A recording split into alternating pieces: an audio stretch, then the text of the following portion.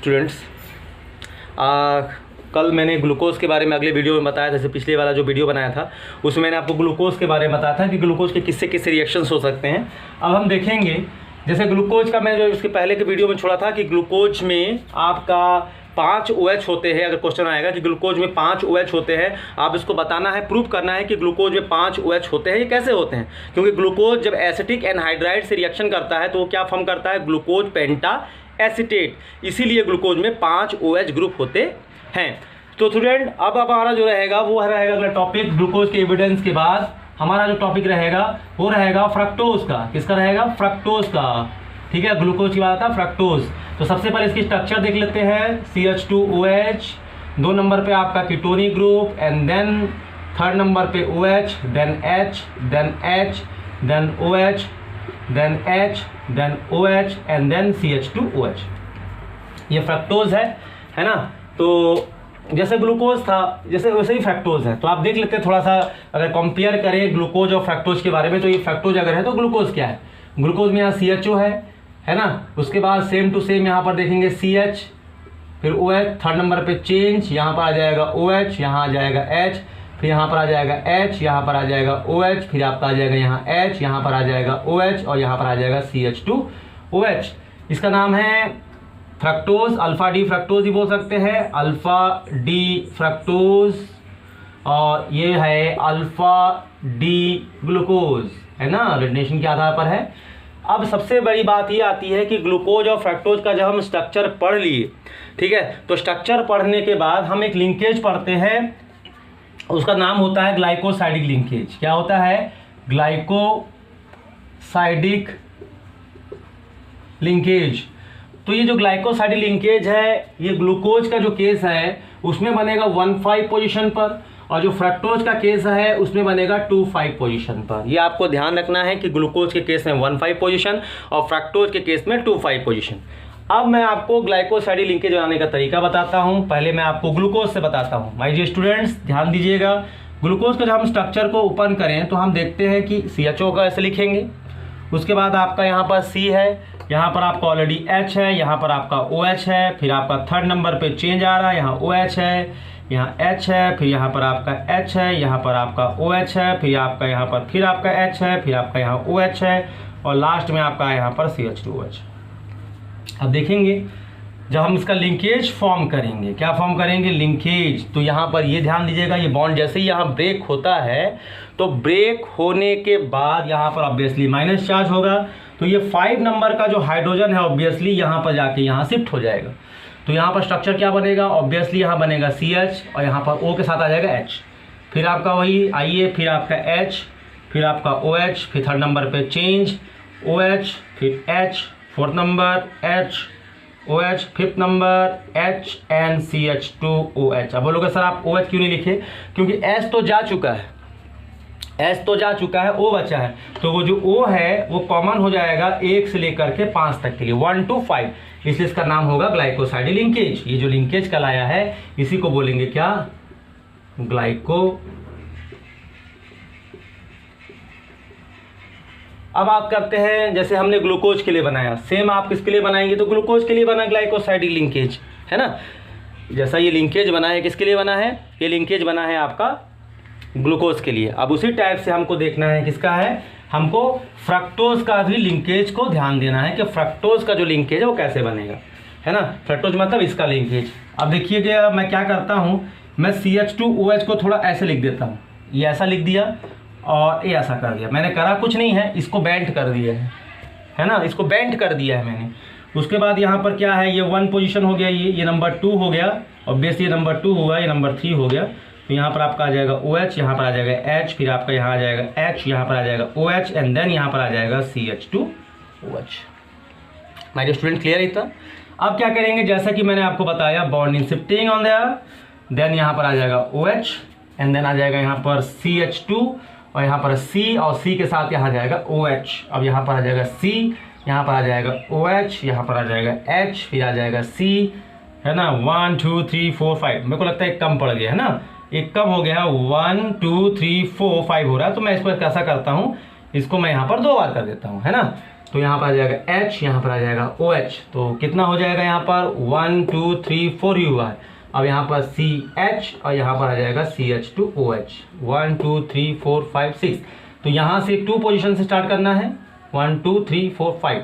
तो 2 से स्टार्ट करना है और यहाँ 5 तक क्या बनाना है, ग्लाइकोसाइडिक लिंकेज बनाना है, ग्लाइकोसाइडिक बंध या लिंकेज। तो माय डियर स्टूडेंट्स, जैसा कि मैंने बताया ग्लूकोज का भी ग्लाइकोसाइडिक लिंकेज फॉर्म होता है और फ्रक्टोज का भी ग्लाइकोसाइडिक बॉन्ड फॉर्म होता है। अब मेरी बात ये आती है कि ये ग्लूकोज और फ्रक्टोज के ग्लाइकोसाइडिक बॉन्ड इतने इंपॉर्टेंट क्यों हैं, क्यों इंपॉर्टेंट है ये मैं भी आपको बताता हूँ। ये जैसे मैंने फ्रक्टोज का ग्लाइकोसाइडिक बॉन्ड बनाया है, ध्यान दीजिएगा। ग्लूकोज का कैसे बना था, ग्लूकोज का कुछ ऐसा बना था, CH था, यहाँ पर OS था, फिर यहाँ पर CH था, यहाँ पर OS था, फिर यहाँ पर C था, यहाँ OS था, यहाँ S था, फिर CH था, यहाँ OS था, 1 2 3 4, फिर यहाँ पर CH था, फिर यहाँ पर CH2OS था और यहाँ से कुछ ऐसा बना था, है ना। थोड़ा बैक करके देख लीजिएगा, ऐसा बना था 1 2 3 4 5 6। अब ये इतना इंपॉर्टेंट क्यों है, why it is so important. तो ये इतना इंपॉर्टेंट इसलिए है क्योंकि मैं अभी आपको जो स्ट्रक्चर बताने वाला हूँ ये किसका है, ये जो स्ट्रक्चर बना है ये ग्लाइकोसाइडिक बॉन्ड, ये भी क्या है, ग्लाइकोसाइडिक बॉन्ड। ये किसका ग्लाइकोसाइडिक बॉन्ड है, ये फ्रक्टोज का ग्लाइकोसाइडिक बॉन्ड है और ये आपका ग्लूकोज का ग्लाइकोसाइडिक बॉन्ड है। एक ग्लूकोज का ग्लाइकोसाइडिक बॉन्ड है और एक फ्रक्टोज का ग्लाइकोसाइडिक बॉन्ड है। अब ध्यान देने बात ये योग्य बात ये है कि जब ग्लूकोज और फ्रक्टोज के ग्लाइकोसाइडिक बॉन्ड बन गए तो उसका रोल क्या है। माय डियर स्टूडेंट्स, जब हम ग्लूकोज का स्ट्रक्चर याद रखें और जब हम फ्रक्टोज का स्ट्रक्चर याद रखें, बनाना शुरू करें, तो आप याद रखिए कि ग्लूकोज में जो स्ट्रक्चर बनेगा उसका नाम होगा पायरान का। किसका बनेगा, पायरान का। और फ्रक्टोज में बनेगा फ्यूरान का, फ्यूरान। इसमें पायरान, इसमें फ्यूरान। याद रखिए, हिंदी में लिख देता हूं, पायरान और ये बनेगा फ्यूरान। तो सिंपल सी बात है, ओज लगा देंगे उसका नाम होगा पायरानोज और इसमें ओज लगा देंगे तो उसका नाम हो जाएगा फ्यूरानोज। एक का नाम होगा पायरानोज और एक का नाम होगा फ्यूरानोज।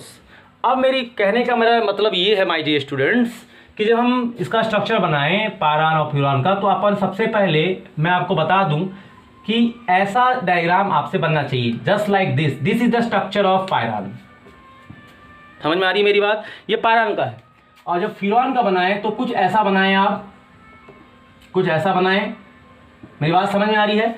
अब ध्यान दीजिएगा 1 2 3 और 4 यहाँ पर 4 कॉर्नर्स हैं। यहाँ पर 1 2 3 4 एंड 5 है ना। तो ये कॉर्नर्स नहीं है, these are the carbon atoms. Okay my dear students, these are the carbon atoms. तो जब हम इसको बनाएं तो आप HOH को करने का, तो HOH को जब करने का तो आपको ऐसा बनाने का, ऐसा बना देने का। अब मान लीजिए मुझे सबसे पहले बनाना है अल्फा डी ग्लूकोज और दूसरा बनाना है क्या, अल्फा डी फ्रुक्टोज। अब हाउ इट इज पॉसिबल, कैसे बनेगा ये, तो इसके लिए क्या करेंगे, हम स्ट्रक्चर को देखेंगे। सबसे पहले देखिए, this is first carbon, this is second carbon, this third carbon, fourth one, fifth one, sixth one. Similarly first one, second one, third one, fourth one, fifth one and sixth one. Okay my dear students, clear है इतना।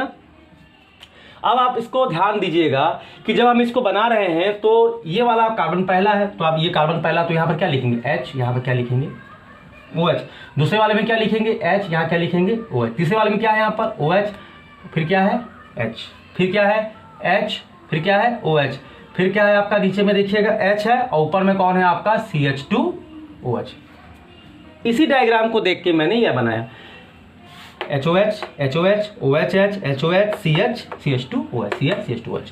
इसको देखते हैं, ये आपका सबसे पहला carbon है, तो आप यहाँ ऊपर में क्या लिखिएगा, CH2OH।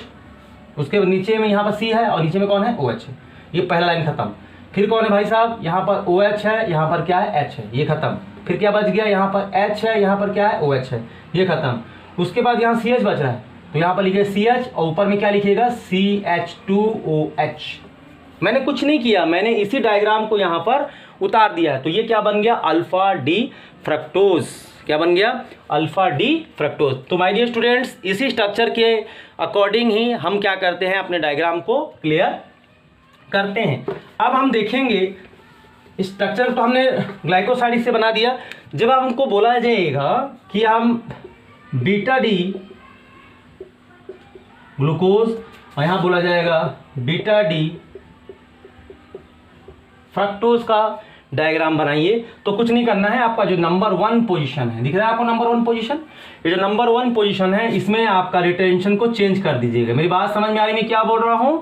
आप रिटेंशन को बदल, अभिविन्यास को आप बदल दीजिएगा। आप खाली क्या बदलिएगा, अभिविन्यास का, ऊपर का मटेरियल नीचे, नीचे का मटेरियल ऊपर, तो आपका बीटा बन जाएगा। तो ये हो गया हमारे ग्लूकोज और फ्रक्टोज के बारे में। अब हम आपको बताएंगे सुक्रोज, माल्टोज, डाइसैकेराइड्स के बारे में। तो जैसा कि आपको पता है कि जो डाइसैकेराइड्स है, नाम से लग रहा है कि 2 मोनोसैकेराइड्स जो होंगे, है ना, उनसे मिलके बनता होगा डाइसैकेराइड्स, और बात भी सही है। तो जब डाइसैकेराइड्स को तोड़ोगे तो सिंपल सी बात है, फिर वो मोनोसैकेराइड्स में ही टूटेंगे। तो इसमें आपका अब हम अगला टॉपिक आ रहे हैं डाइसैकेराइड। डाइसैकेराइड्स, तो डाइसैकेराइड में आपका एक नाम आएगा सुक्रोज, एक नाम आएगा माल्टोज और एक नाम आएगा आपका लैक्टोज।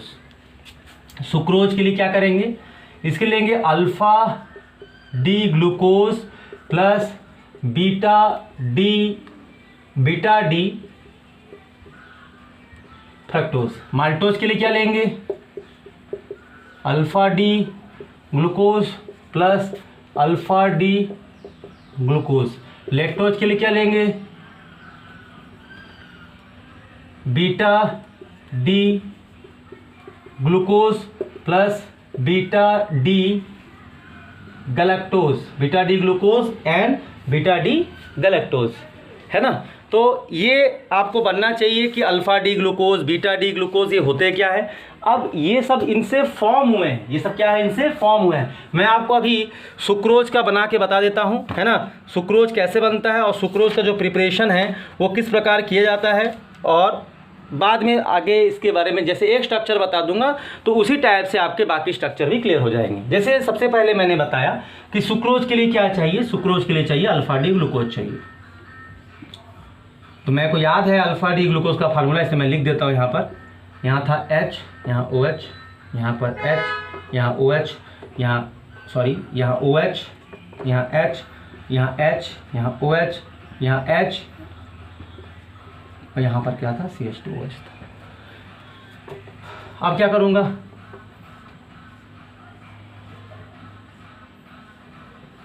क्या बनाने बोला था मैंने बोला है beta D fructose. Beta D fructose भी यहाँ पर क्या था, मैंने बताया था बीटा नॉट अल्फा। बीटा में यहाँ पर क्या आ जाएगा, बीटा में आपका चेंज होता है ना, यहाँ पर ऊपर में, यहाँ पर पहले क्या था बीटा में, अल्फा में क्या था, अल्फा में OH था, तो यहाँ पर क्या आ जाएगा, CH2O आ जाएगा। मेरी बात समझ में आ रही, मैं क्या बोल रहा हूँ, यस बीटा वाला बता रहा हूँ ना। और यहाँ पर क्या था, OH था, यहाँ S था, यहाँ S था, यहाँ OH था, यहाँ S था, और यहाँ पर क्या था बाबू, CH2OH।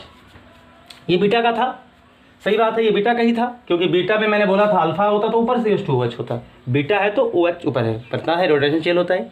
अब मैं क्या करता हूँ, बदलाव कर देता हूँ, मतलब है तो यही वही चीज़, इस H को मैं यहाँ पर ले आता हूँ, कहाँ पर, ऐसे, और इस OH को ले आता हूँ यहाँ, कोई बदलाव नहीं है, वही चीज़ें हैं, है ना, चीज़ वही है। इसको मैं ऐसा इसलिए किया हूँ ताकि मुझे यहाँ से क्या निकालने में दिक्कत ना हो, यहाँ से मुझे वाटर निकालने में दिक्कत ना हो। दिख रहा मेरा, यहाँ का ग्लूकोज का H और इसका OH, या फिर इसका OH या इसका H, निकल के क्या निकल गया, वाटर निकल गया। दिख रहा है आपको कैसे मैंने वाटर निकाला।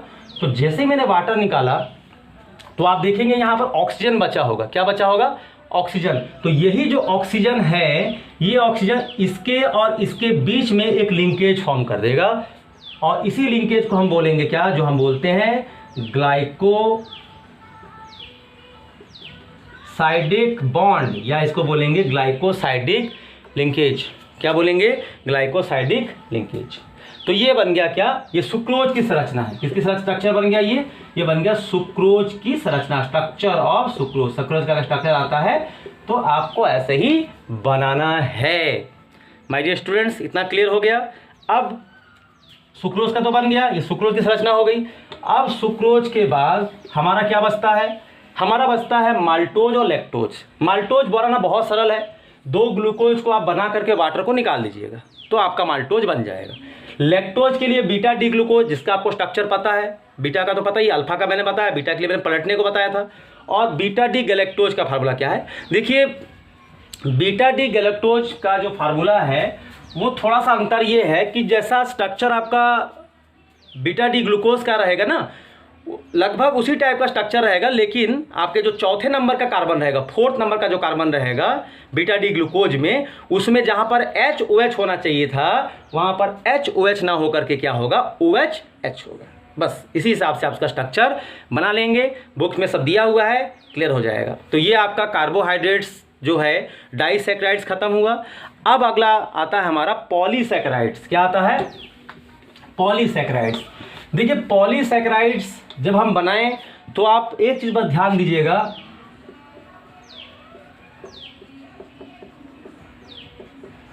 पॉलीसैकेराइड जैसे कि नाम से क्लियर है कि बहुत सारे मोनोसैकेराइड्स मिलेंगे इनके जल अपघटन के पश्चात, है ना। मतलब ऐसे सैकेराइड्स जिनके जल अपघटन करने के पश्चात हमें बहुत सारे मोनोसैकेराइड्स मिलते हैं, उनको हम पॉलीसैकेराइड बोलते हैं। इसमें हमारा एक नाम आता है स्टार्च।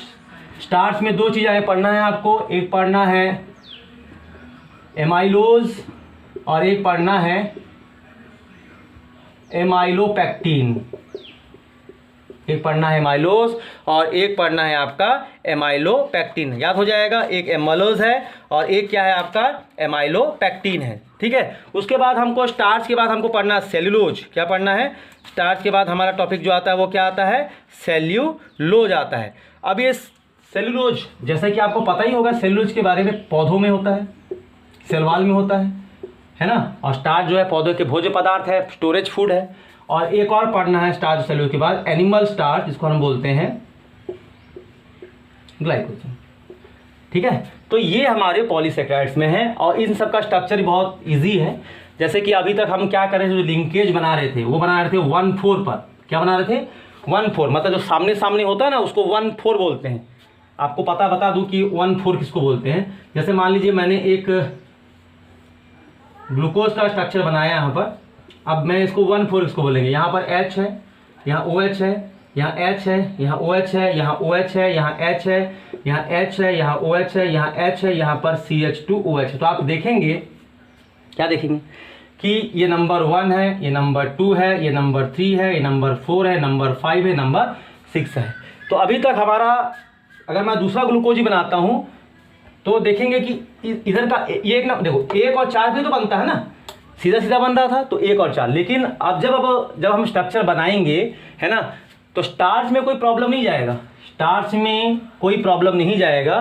प्रॉब्लम इसमें जाएगा कि स्टार्च में 2 टाइप होंगे, है ना। उसमें जो एक टाइप होगा एमाइलोज, एमाइलोज जो होगा उसमें 1,4 बनेगा। मतलब 2, अभी तक तो 2 ही बना रहे थे, डाइसैकेराइड्स बना रहे थे, इसमें 3, 4, 5, 7, 10, 15 कुछ भी बन सकता है ना।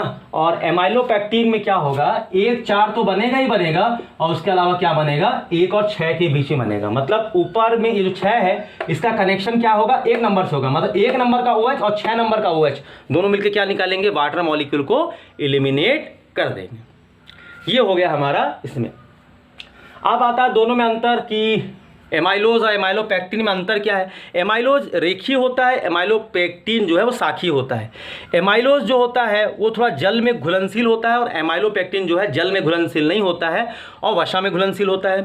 एमाइलोज की मात्रा जो होती है स्टार्च में, है ना, कम पाया जाता है। स्टार्च में एमाइलोज कम पाया जाता है और स्टार्च में एमाइलोपेक्टिन पाया जाता है। इसलिए स्टार्च जो है पानी में जो है अघुलनशील टाइप का ही होता है पूरा, जैसे ग्लूकोज फ्रक्टोज घुल जाता है, स्टार्च जो है अघुलनशील होता है। और जितने भी कार्बोहाइड्रेट्स होते हैं वो सब मीठे नेचर के होते हैं, लेकिन जो स्टार्च होता है वो मीठा नहीं होता है, वो कड़वा होता है। यही कारण है कि ये ज़्यादा मात्रा में पाया जाता है। और अगला अंतर मैंने बता दिया, इसमें 1,4 लिंकेज है और इसमें 1,4 के साथ साथ एमाइलोपेक्टिन में 1,4 के साथ साथ 1,6 में भी ग्लाइकोसाइडिक लिंकेज बनता है।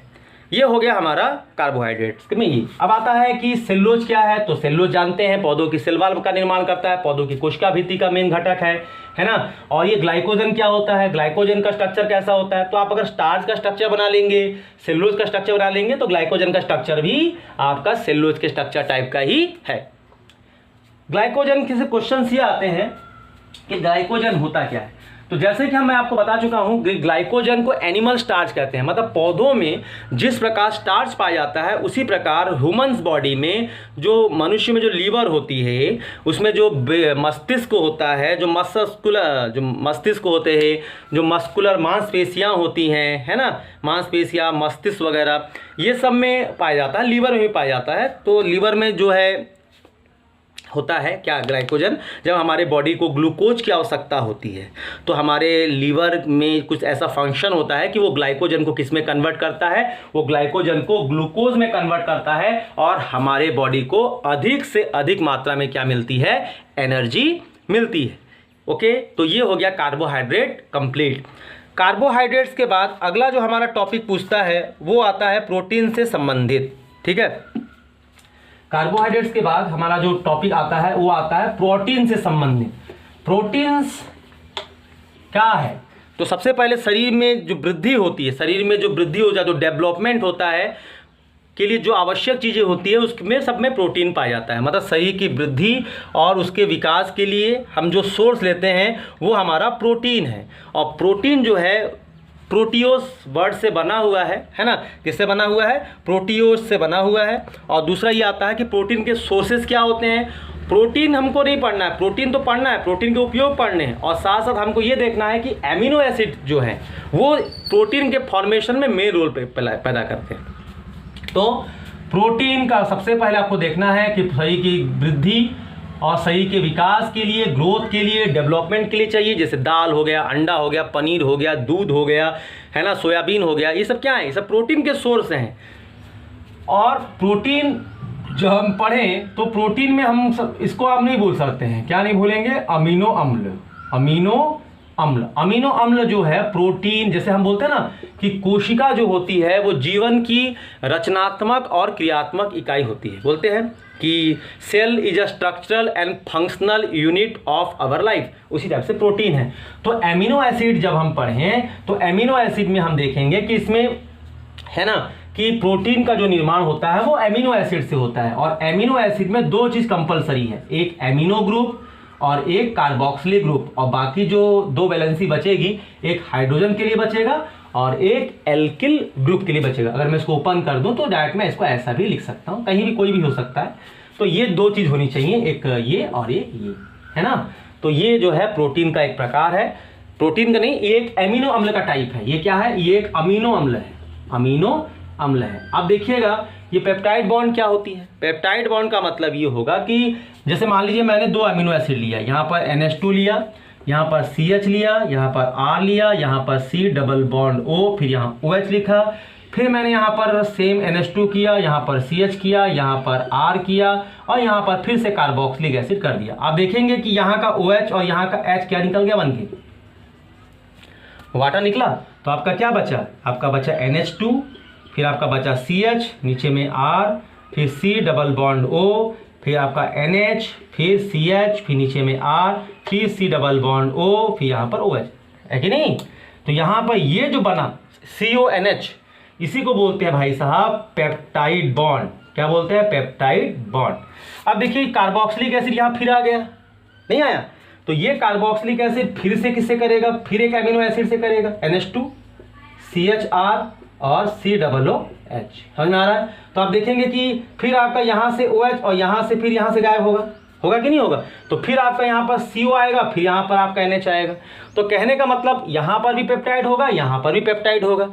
तो दो पेप्टाइड बने तो वो फिर डाईपेप्टाइड बन गया, ऐसे तीन बनेंगे तो ट्राईपेप्टाइड होगा, 10 से ज़्यादा बनेगा तो उसको पॉलीपेप्टाइड बोल देंगे।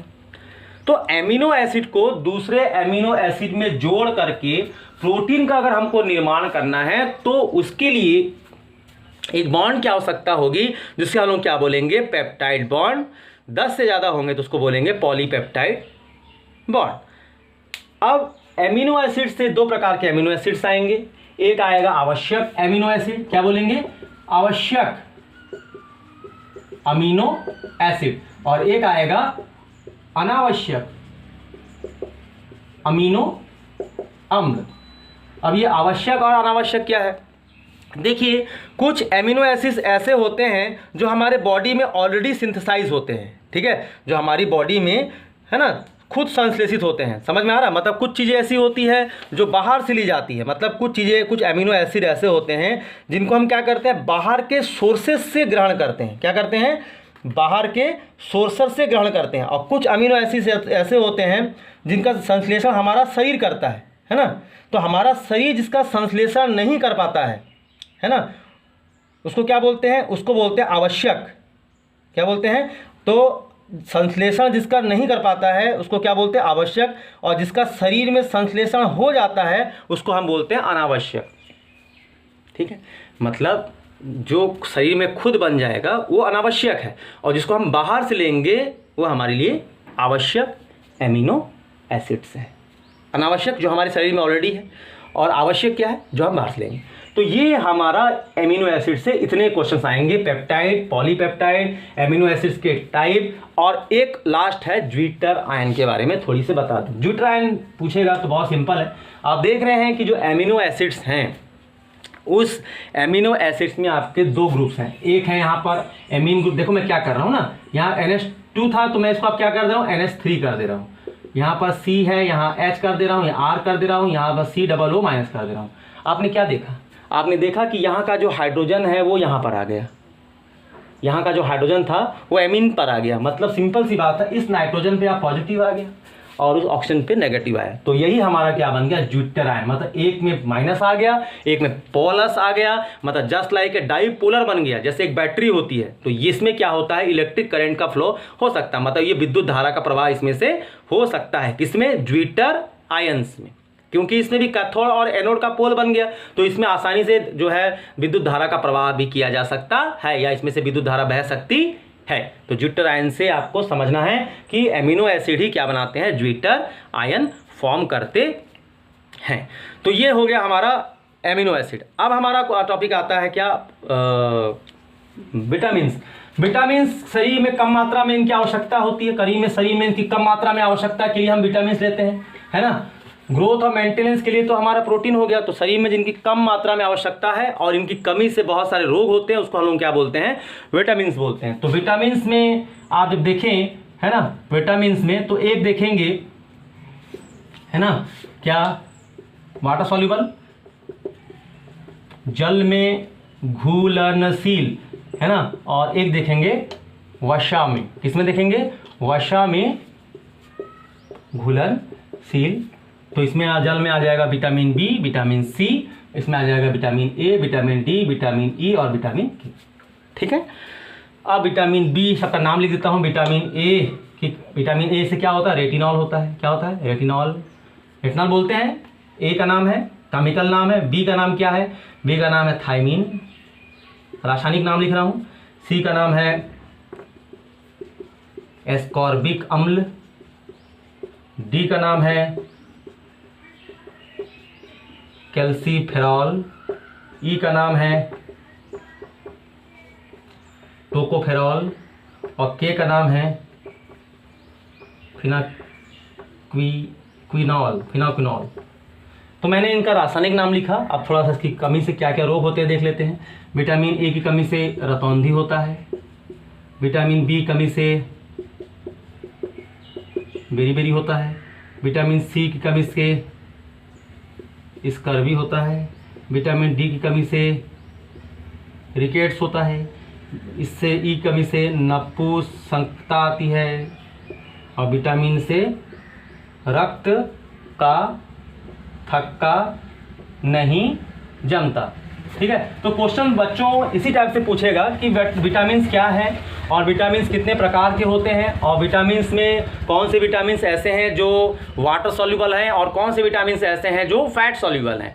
तो सिंपल सी बात है, आप देखेंगे विटामिन बी और सी जो हैं यहाँ ये जल में घुलनशील वाले हैं, और बाकी जितने भी हैं वो किस में घुलनशील वाले हैं, वो आपके वसा में घुलनशील वाले हैं। तो इससे ज़रूर प्रश्न आएगा, आप ज़रूर ध्यान दीजिएगा।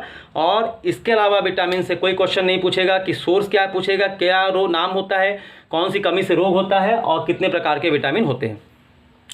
अगला जो लास्ट टॉपिक बचता है वो आता है डीएनए और आरएनए, ठीक है, मतलब न्यूक्लिक एसिड। अगला जो टॉपिक सबसे लास्ट जो बचता है वो बचता है क्या, डीएनए और आरएनए बचता है। तो देखिए क्या होता है डीएनए, हमारा टॉपिक क्या है, हमारा टॉपिक है न्यूक्लिक अम्ल। क्या टॉपिक है, न्यूक्लिक अम्ल। इसमें आपको दो ही चीज़ पढ़नी है, एक पढ़ना है आपका डीएनए और एक पढ़ना है आपका आरएनए। डीएनए का काम जो है आनुवंशिक गुणों का वाहक है, ये आनुवंशिक गुणों को एक पीढ़ी से दूसरे पीढ़ी में पहुंचाने का काम डीएनए संबंधी। आरएनए का है ना, ये किससे संबंधी, आनुवंशिकता संबंधी। और ये क्या है, प्रोटीन संश्लेषण संबंधी, ठीक है। डीएनए में देखो ये चार चीज याद रखिएगा, है ना, मतलब एक वर्ड आएगा यहाँ पर न्यूक्लियोटाइड और न्यूक्लियोसाइड, न्यूक्लियोटाइड और एक आएगा न्यूक्लियोसाइड, है ना। तो जो न्यूक्लिक अम्ल है उनके तीन कंपोनेंट याद रख लीजिए, 3 कंपोनेंट, पहला दूसरा और तीसरा। एक होता है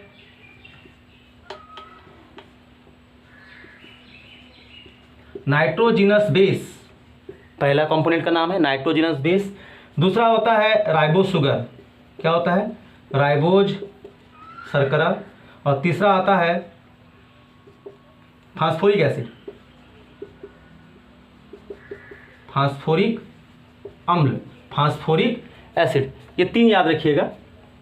तो क्योंकि आपको ये देखना है कि न्यूक्लियोटाइड और न्यूक्लियोसाइड में जब अंतर करेंगे तो आपको पता चलना चाहिए कि न्यूक्लियोटाइड और न्यूक्लियोसाइड में क्या अंतर है। जैसे आपके पास अगर न्यूक्लियोटाइड है तो उसमें तीनों चीज़ें होंगी, क्या, ये तीनों होंगी। अगर साइट है तो ये वाला होगा, ये प्रेजेंट होगा और ये भी प्रेजेंट होगा, कौन सा, लेकिन फास्फोरिक एसिड क्या होगा, एब्सेंट होगा। ये आपको ध्यान रखना है, ठीक है। मतलब न्यूक्लियोटाइड और न्यूक्लियोसाइड में अगर देखा जाए तो ये नाइट्रोजनस बेस क्या होता है, नाइट्रोजनस का बेस का मतलब होता है एडिनिन, ग्वानिन, साइटोसिन, थाइमिन,